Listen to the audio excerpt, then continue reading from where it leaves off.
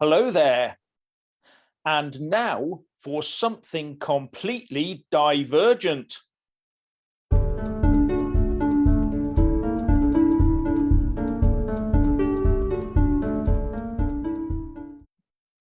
Well, today I thought we'd do something a bit different. Getting fed up putting the old tie on, and all my shirts are in the wash anyway. So I thought, well, let's do something a bit different.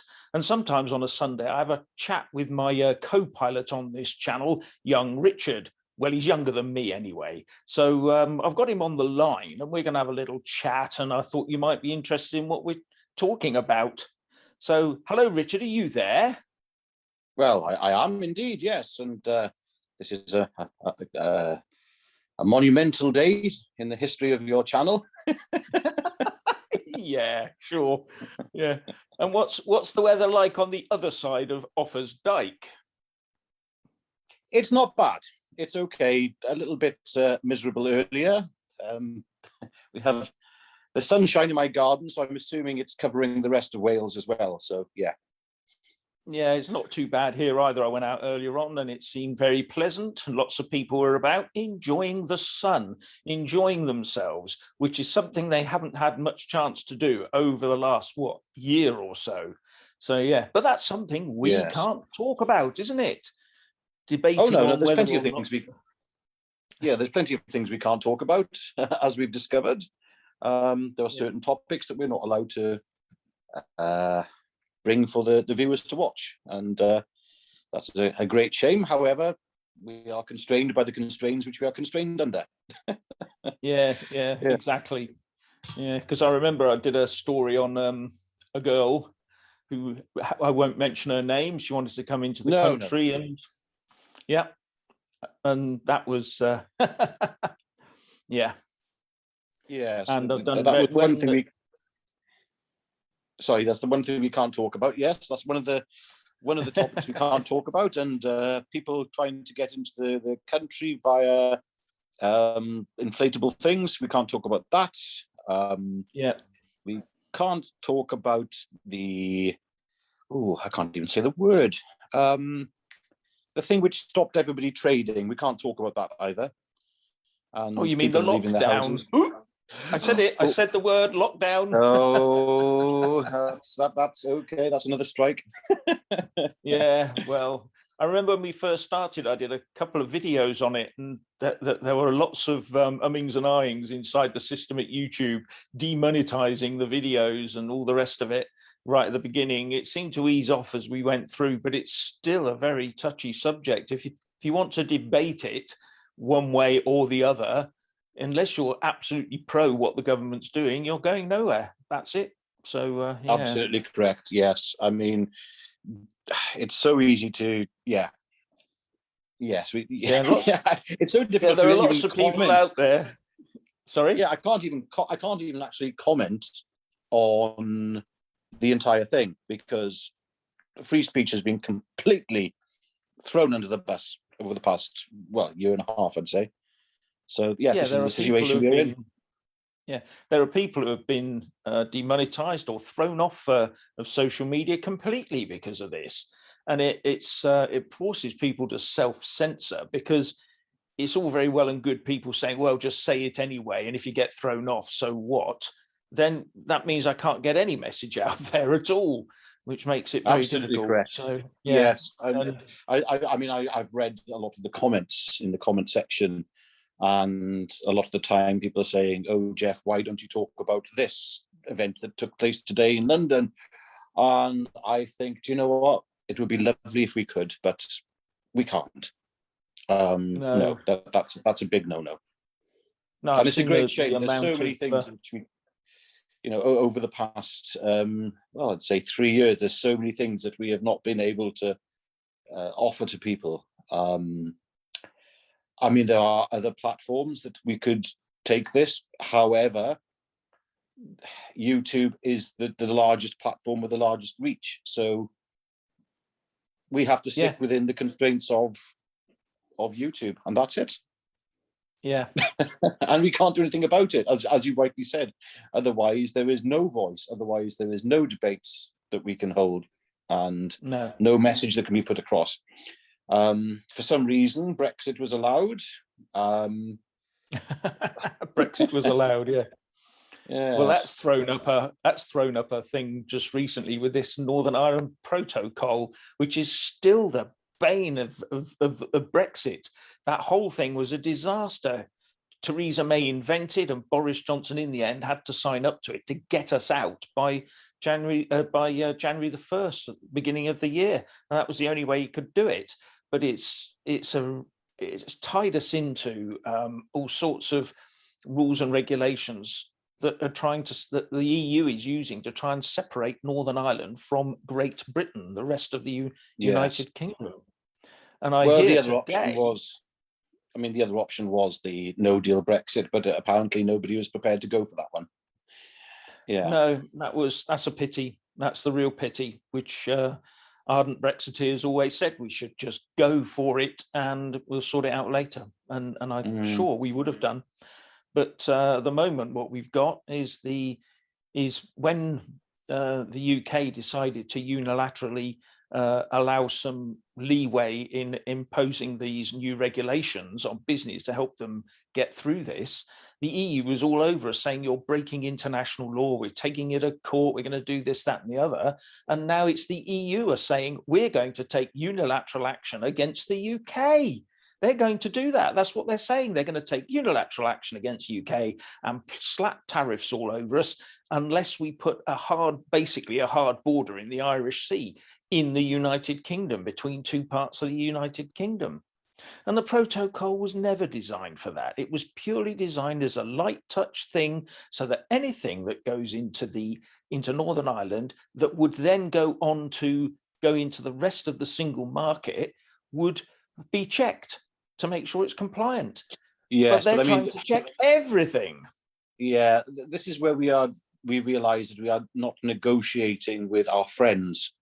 The EU Friends is and not partners. Yes, exactly. This is just one of many ways that the EU has expressed itself and revealed itself to being what it truly is, and that's an authoritarian thuggery. Yeah.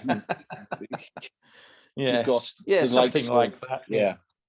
I mean, yeah. I can't exactly name names to because of certain constraints. However, yes, one of the things that really gets me about the EU is they always talk about we are Europe. That's all that they're trying to expand all the time. So they call the European arrest warrant, the European this, the European that. Well, in actual fact, Russia's in Europe as part of the continent, but it's got nothing to do with this. It's EU stuff. It's not Europe. They can't call it Europe. Britain left Europe. No, we didn't. We left the European Union. But they still keep on about this Europe angle all the time.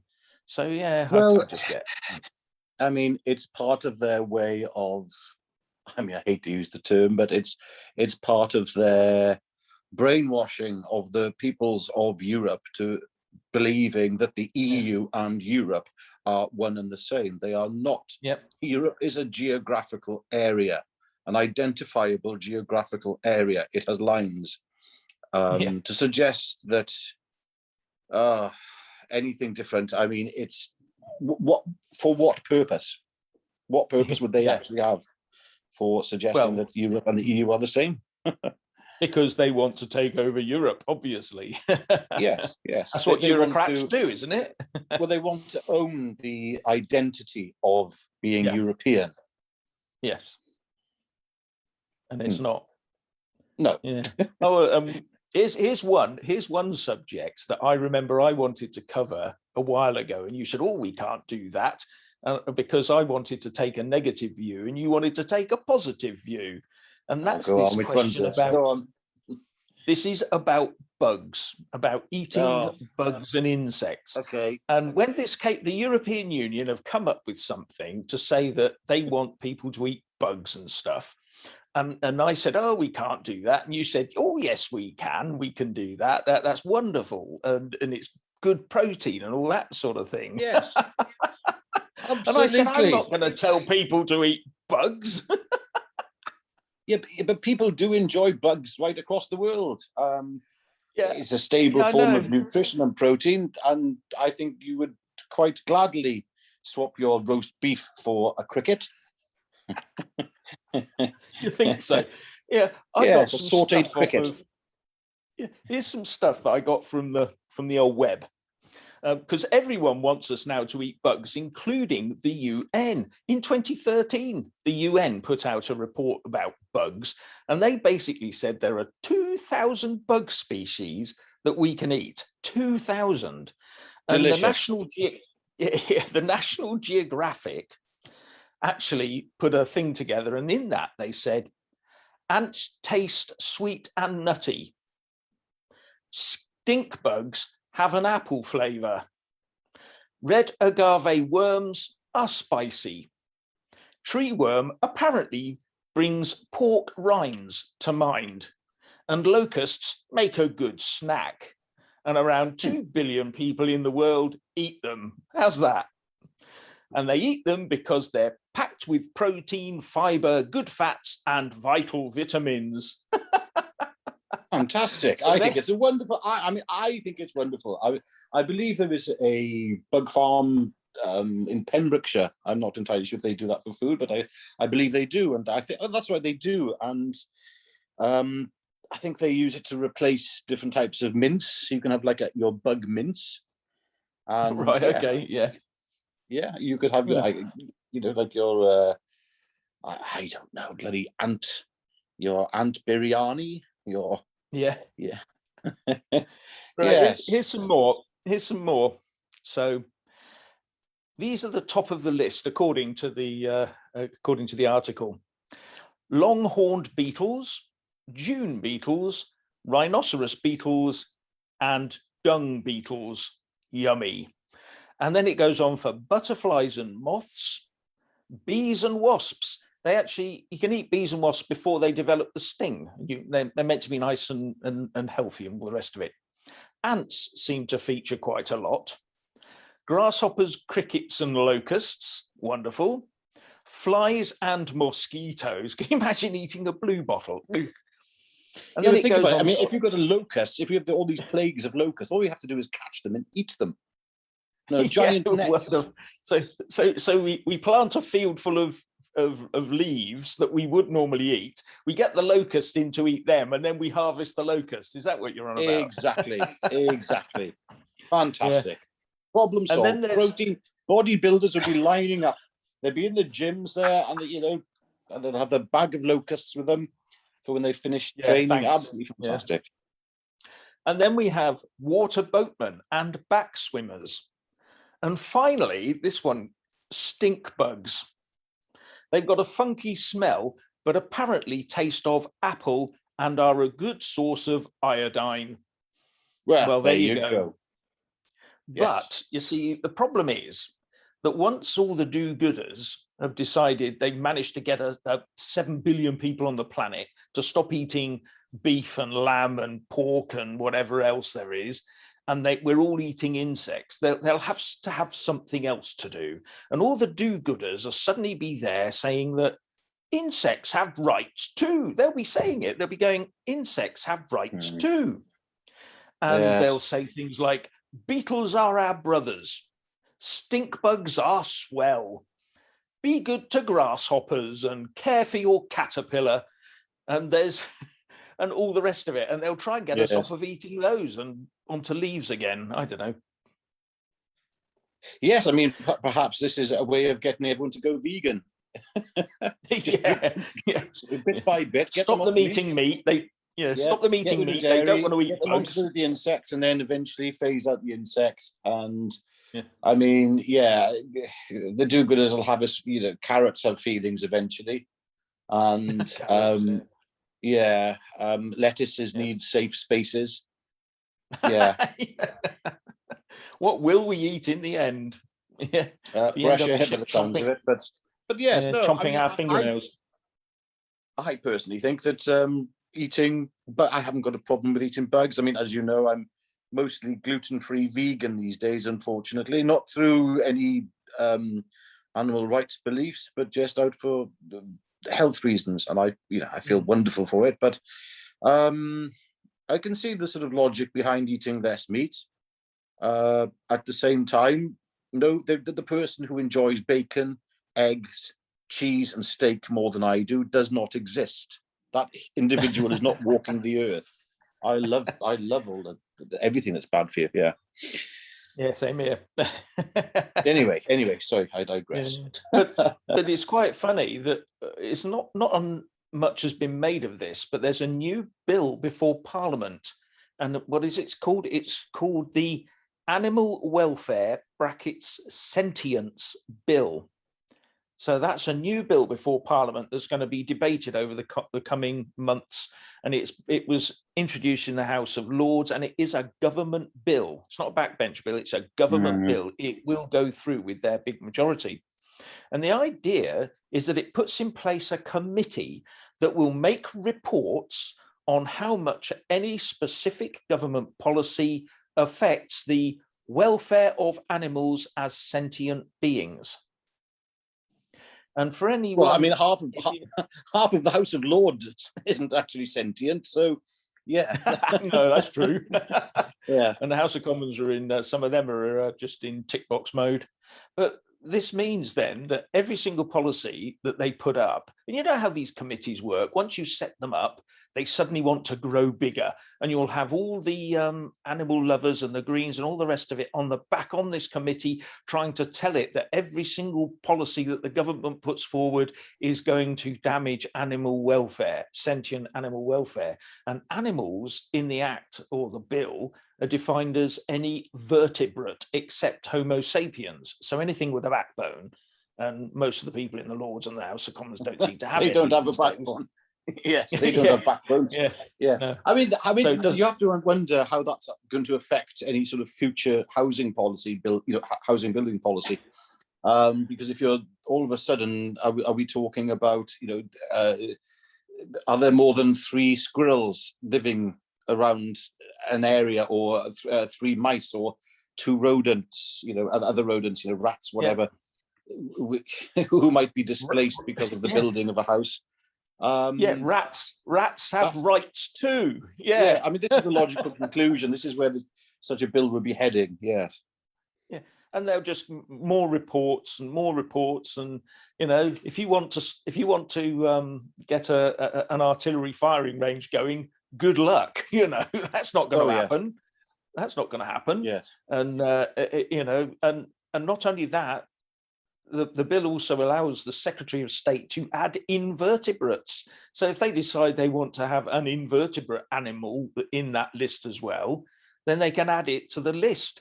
And I can see that list growing by the day, every single day. Well, what about mushrooms? I mean, I do recall reading once that a certain belief system and religion, I won't name, believes that mushrooms are sentient. Oh, right, okay. Yes, yes. I thought they only became sentient when they were magic or something. Yeah. Something like that. Well, apparently we become sentient when we ingest. Right, yes. That's what I meant. Yeah, that's what I meant.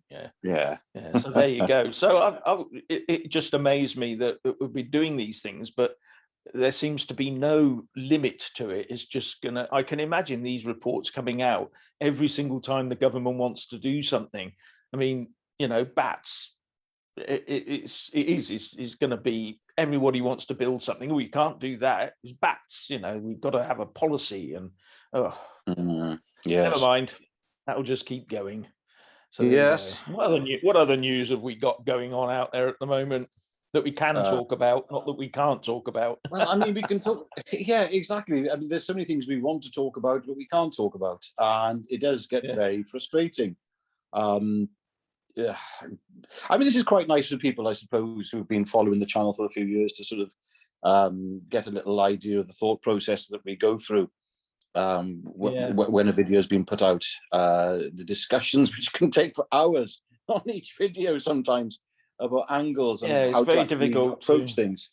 Yeah, I don't think people appreciate the amount of work that goes into this behind the scenes in terms of just working out what you can and cannot say. It is so frustrating. Yeah.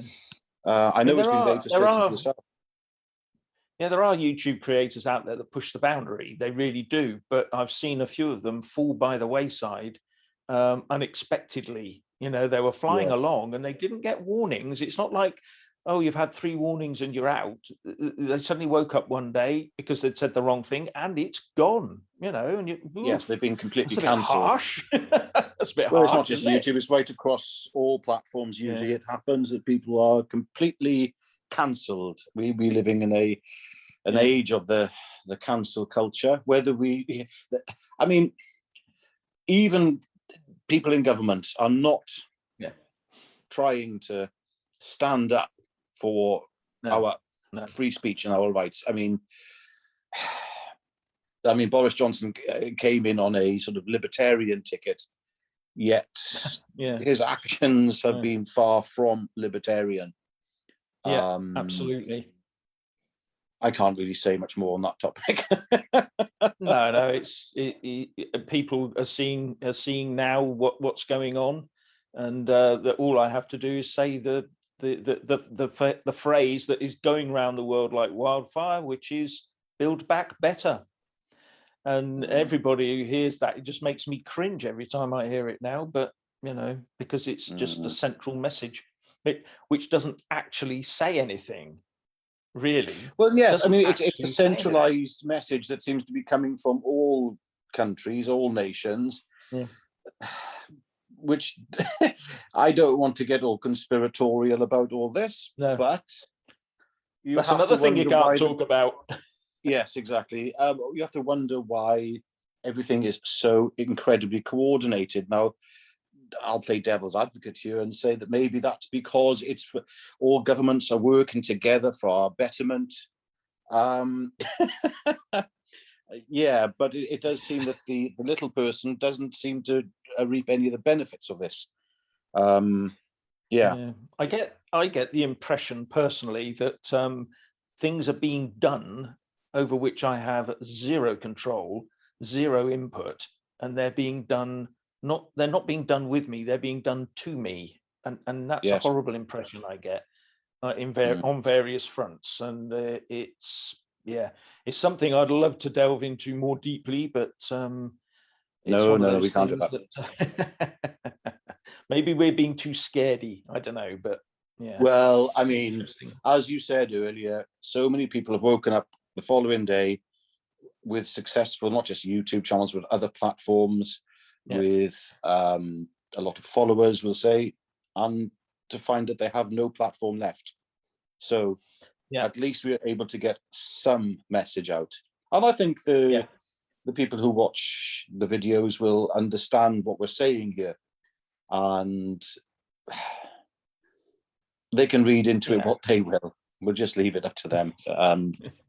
Yeah, sometimes I try to say things without saying them, but it is very difficult, and people get the wrong end of the stick sometimes. Yes, they think I'm supporting something when maybe I'm not. Yes, exactly. Makes it a little bit interesting, I will say. Yes, but it's but with the way things are going, I'm just hoping that we do, reach sanity on the 21st of this month. Because it's if this goes on any longer, it's hugely damaging. But yes, there you go. Yes, I agree. I hope some kind of normality is produced on the 21st. I can't see it happening personally, but I mean, it could be completely wrong. I mean, every time a new version of something emerges, we'll say. I'm trying to be very creative with my language here. Every time a new version develops of a certain thing, there seems to be a new reason to change the goalposts. So, we'll see. I mean, how long are the restrictions? How long is the act in place for? Until the this time sort of next year, about another 10 or 11 months, I think. Yeah. 'cause it started. Was it May 2020, and it was for 2 years. And the only thing Hang that on, got in in the May way. 2020, but we were only meant to be locked down for a few weeks. Oh, I said the word. Oh yeah. It was 3 weeks to flatten the curve. Mm. But I don't know. It's we definitely seem to be squeezing every minute of those 2 years, because you've got to remember that was the initial reaction, a 2-year act of parliament that took us right the way through, and there were no breaks in that. Parliament was the ones, or members of parliament were the ones that introduced the clause that it has to be voted on by them every 6 months to extend it. Okay, well, I'm going to But play devil's advocate here once again and say, well, maybe that was put in place because of the uncertainty of this new thing that came about in last year.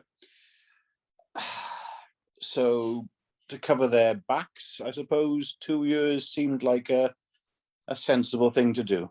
That's me really playing devil's advocate. Yeah, but I think there should have been some more safeguards in there, because at the moment everything seems to be running riot.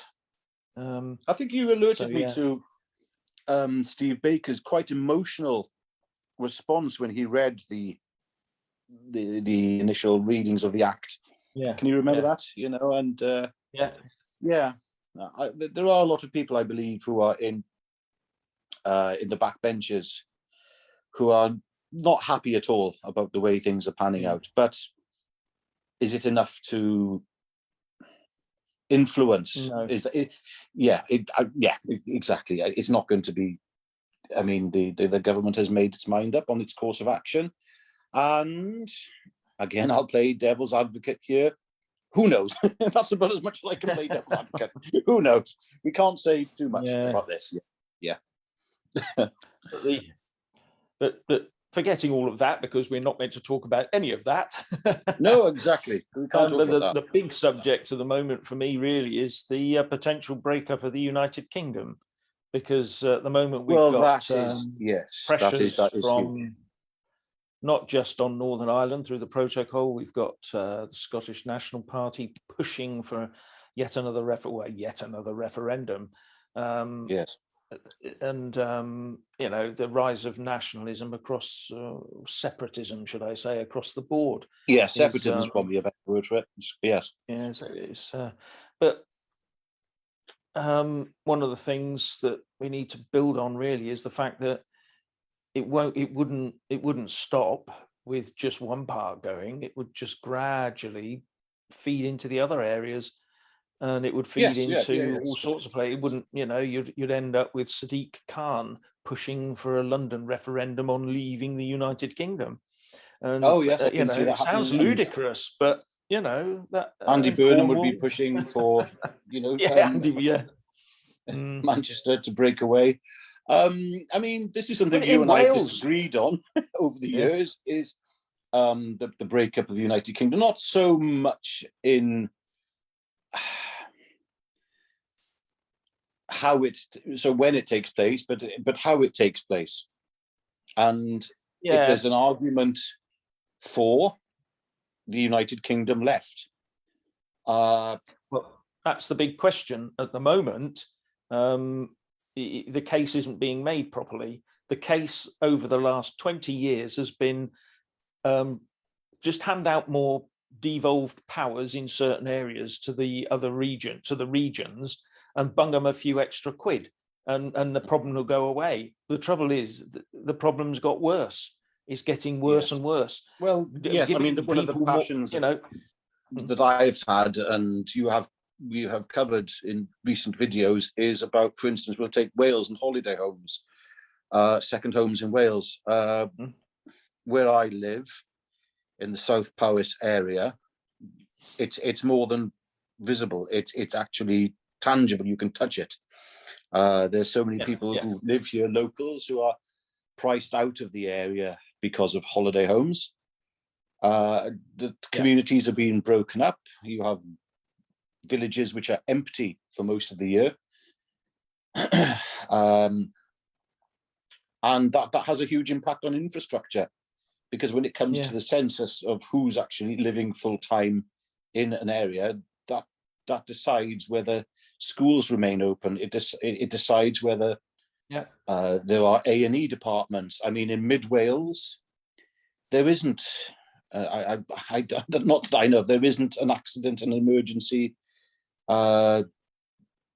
unit anyway. It's all minor injuries. So if you're in, say, Llandrindod, Wales, you've got to travel, I think, to Hereford, possibly as your nearest A&E.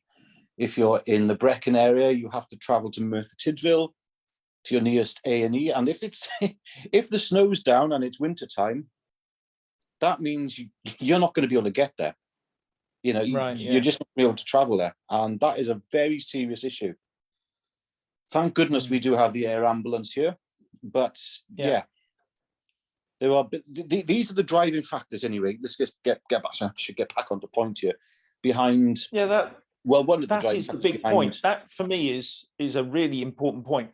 There are driving factors that are pulling the United Kingdom apart, and the separatists are using those driving factors to drive more wedges in. And the government needs to understand what those driving factors are and deal with them. And it's not always just about handing more power and handing more money over. They've got to feel included for a start. Agree. I totally agree. I mean, I agree and I don't agree.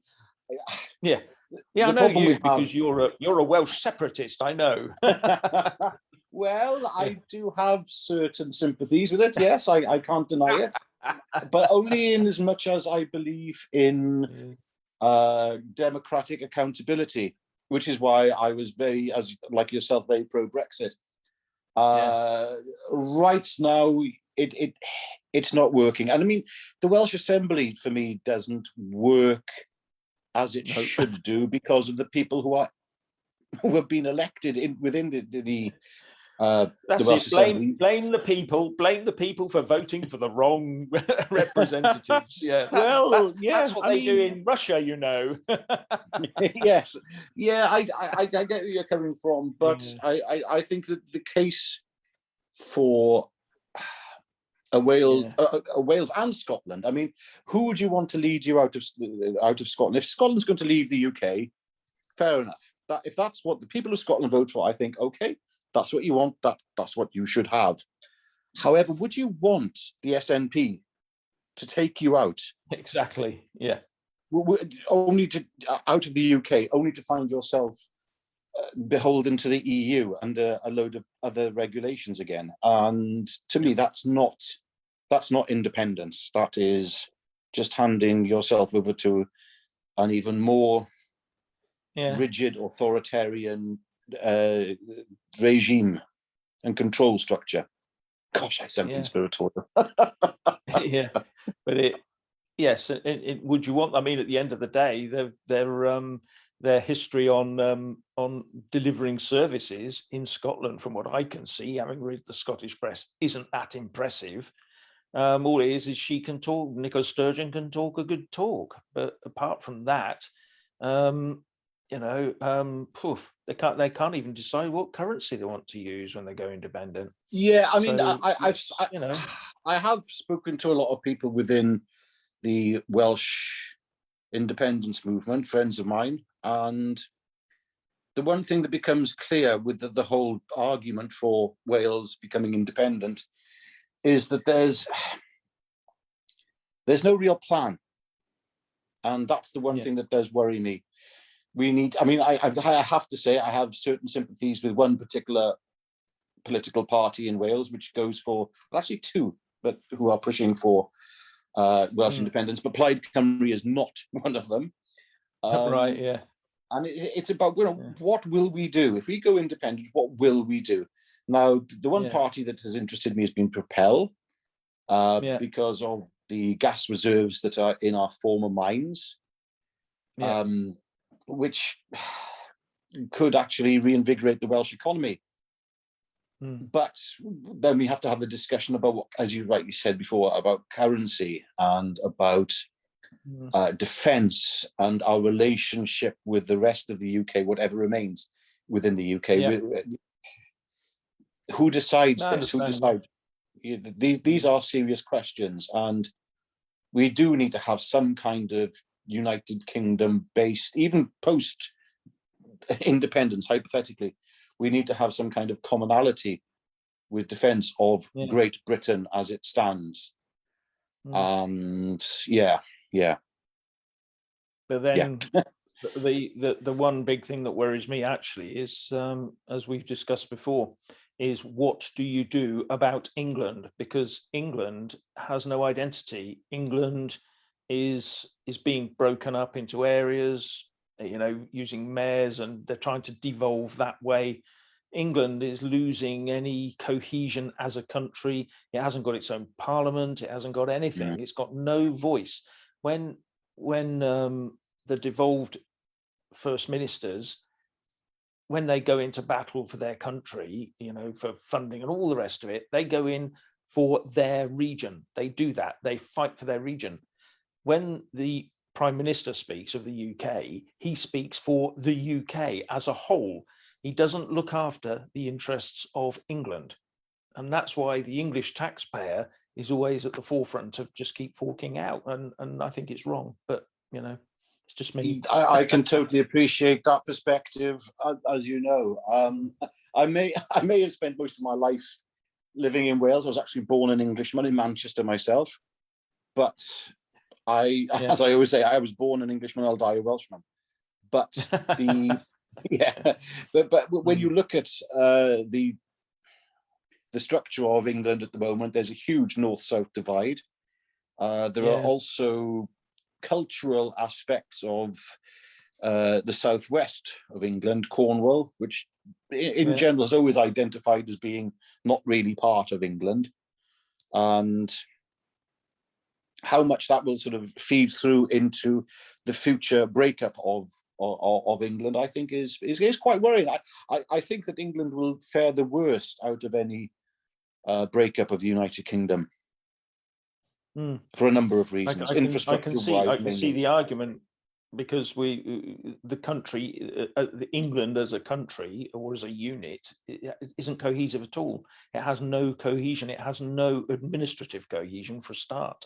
Just to say that Westminster is the government of England, it isn't. Westminster, they can't even do English votes for English laws in there properly. It can't be done. Yes. It's just a mishmash. So yeah, anyway, I think we've had a good long discussion. So indeed, I've got to go and do a few things and sort my life out, as I normally do. yes, I've got a few things I have to do tonight. Oh dear. Get ready for tomorrow's So I'm going to bid everybody farewell, and hope you all have a good night. And good night, Richard. Good night there, Mr. Taylor.